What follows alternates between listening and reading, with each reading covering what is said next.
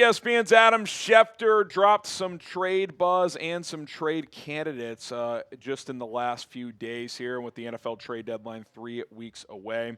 I thought we'd kind of dive into some of these names and explore whether or not the Bears could or should pursue them, as Ryan Poles could have some big decisions to make in terms of trying to improve this roster or not for 2025. Before we dive into that, we are on to week 7. We have a Saints channel. It's called Saints Now, hosted by my guy Trace Gerard. And I am on a warpath to take down Saints Now and new subscribers this week. Let's keep the momentum rolling. Shout out to all the new subscribers. Shout out to the OG subscribers. If you haven't subscribed, if you need a little motivation, let's take down Saints Now this week. We're going to continue to bring you guys free and daily content. Okay, Adam Schefter had this to say in this article where he dropped some trade candidates and intel. He said, the 3 NFL trades, this was late last week when he wrote this, headlined by the Browns sending Joe Flacco to the Bengals, are expected to be a sign of things to come ahead of the league's November 4th trade deadline. Over the past 6 years, in the month of October leading up to the trade deadline, the NFL has had 88 trades, an average of just under 15 per year. It's kind of become like baseball in the NBA, where these teams, these GMs, they are more aggressive in making moves. And I think part of it is the extra wild card spot. So these teams, even if they aren't really in it, they kind of convince themselves they are. I mean, hell, we've seen Ryan Poles make a couple of trades when the Bears aren't even really contending. So we know he's certainly willing to pull the trigger on some moves. Now, the Bears did not have any players mentioned in terms of trade candidates, and maybe even that is a positive. That means they're not looking to sell. Schefter didn't name anyone on Chicago's roster that could be available for other teams. That, of course, doesn't mean that guys aren't available. Things can change. Phone calls are happening constantly, so that's certainly subject to change over the next 3 weeks. And one guy I wonder about is Braxton Jones. Is Braxton Jones a player that the Bears would try to trade and get a draft pick for? Would they try to play the comp pick formula? But what is that really going to net you this offseason, considering he's not a starter anymore? I don't know if he's getting some big payday by a team in the offseason. Obviously, they're rolling with Theo Benedict moving forward. I think the question you would have to answer in this regard, because Braxton Jones, if nothing else, is a veteran left tackle who has started more than 40 games in this league. If you trade him, do you trust Ozzie Trapillo in a pinch to step in and play left tackle? If Theo were to get injured, or if he, for whatever reason, just had gigantic struggles and you had to bench him, can Ozzie step in? Because they moved him back to right tackle. It's kind of an admission of, at least right now, we don't think he's a left tackle. So that's kind of the game you got to play. What are you getting for Braxton? You're probably talking like a 6th-round pick, might even be a late-round swap. And B, if you trade him, well, who's the backup left tackle? Do you trust Ozzie to be the full swing guy, or can he only play right tackle? Is Karan Amagaji coming off IR? Could he play left tackle? I mean, if he's healthy, we know that's his probably almost natural position. So those are all roster management questions you'd have to answer. But if the price was right and if they felt good enough about Ozzie at least stepping in over there if he absolutely had to, then I'd be open to it. But otherwise, it's probably too risky, because there's a reason they moved Ozzie back to the right side. What say you? Should the Bears trade Braxton Jones? Type Y for yes, type in for no. I do think it's pretty clear at this point they're not going to re-sign him. They're going to let him walk in free agency. So that's where the appeal is, to potentially trade him. But if you're a contending team and you lose Theo Benedict, that's where Braxton Jones still has value. So, again, it kind of comes down to that Ozzie question. All right, let's get to some of the trade candidates Schefter mentioned on some other teams. Obviously, running back's a position we've talked about a lot. Breece Hall, I think he's certainly a guy to monitor. Jets are 0-6, just a disaster. Alvin Kamara, now, it's been kind of talked about forever and reported on again recently that he wants to be a Saint. Like, he prefers not to get traded. Would he be willing to change that stance? Would the Saints just trade him anyway? I'm not sure. But he could be a guy to monitor on the trade market. Jaylen Wright with the Dolphins. Devin Singletary, more like kind of rotation backs there. Now, how do the Bears view the running back position they currently have after DeAndre Swift had a breakout game, right? Like clearly had his best game of the season, maybe his best game ever as a Bear. They seem to certainly find some things in the run game against Washington. And again, the question is that a one-off? Is this a sign of things to come? Are they going to be more consistent in the run game?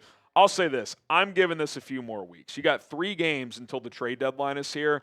I'm at least giving it 2 more games to see if they have found something sustainable for at least this season.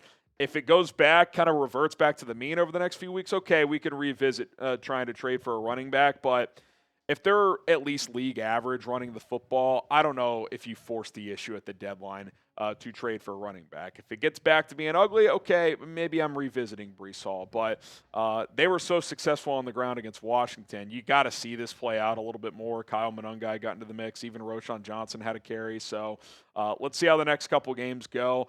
I would not force the issue this week. You don't really need to. 2 weeks from now, if it's ugly again, okay, we can revisit the running back trade market.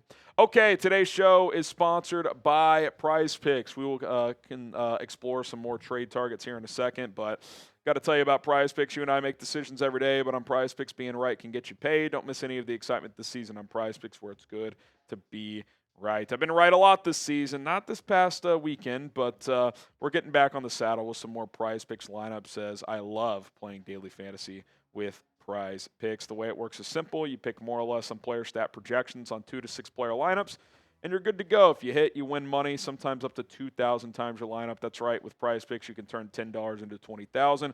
Cool feature on the PrizePicks app is you can follow other PrizePicks players directly within the app and copy their lineups in one click. Whether it's a friend, celebrity partner, or just someone whose picks you like, hit the follow button and check out every lineup they create in the new feed tab on PrizePicks. Little 3-player lineup I like this weekend is Trevor Lawrence, more than half a touchdown pass. That's a goblin play, a little easy to hit. But when you see quarterbacks more than half a touchdown pass, I like that in today's NFL. I like using those in lineups. Little recommendation I'd make. Caleb Williams, I like more than 228.5 passing against the Saints. He threw for 252 against Washington in a rainy, windy night when he didn't even play close to his best. So I like more than 228.5 coming back home this week.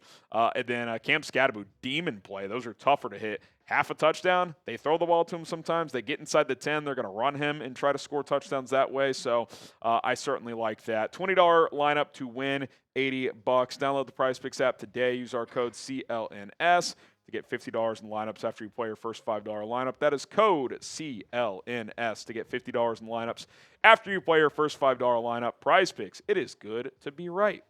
Okay, let's explore a bigger fish that Schefter mentioned. We've talked about him, 50 times on this show, it feels like, over the last couple years. Trey Hendrickson. Schefter did name him. I don't think he would have done that just loosey-goosey. I do think there's probably some discussions behind the scenes happening.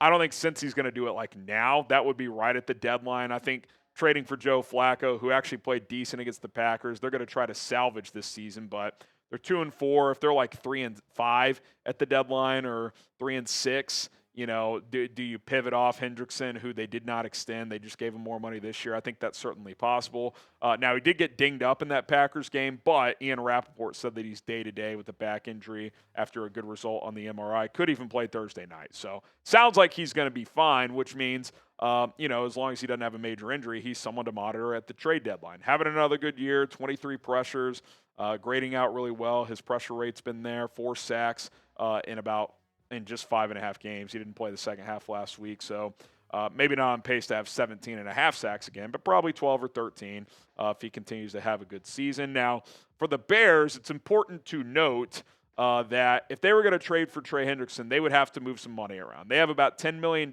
now.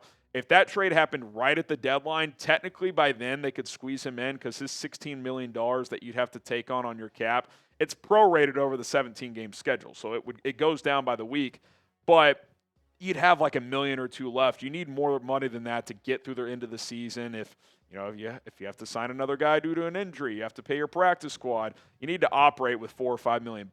So you'd have to move some money, whether that's cutting a player to stash a few $1 million to whether it's to restructure a contract, one of your bigger money players, which pushes money down the road, obviously, for their cap hits. So those are all things you'd have to consider. Or do you trade like a Montez Sweat elsewhere to shed his contract to then extend Hendrickson? You could try something like that. But those are just different avenues you could consider. Other edge trade candidates that Schefter mentioned here, the two Dolphins guys I think are going to garner a lot of interest. Jaelan Phillips, who's been getting a lot of pressures this year, not a ton of sacks, but he's been in the backfield a lot. Bradley Chubb has 4 sacks this year, as both those guys do have an injury history, but they're playing well in 2025.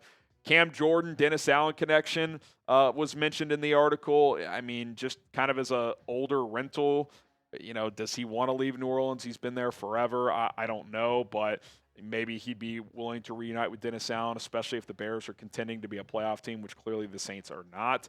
Arden Key in Tennessee is interesting for 4th, 5th round pick. Could you get him to just kind of hop into this rotation? Keion White not having a great year. Anfernee Jennings, good run stopper, does not really rush the passer. Those are kind of some lesser options there out of New England.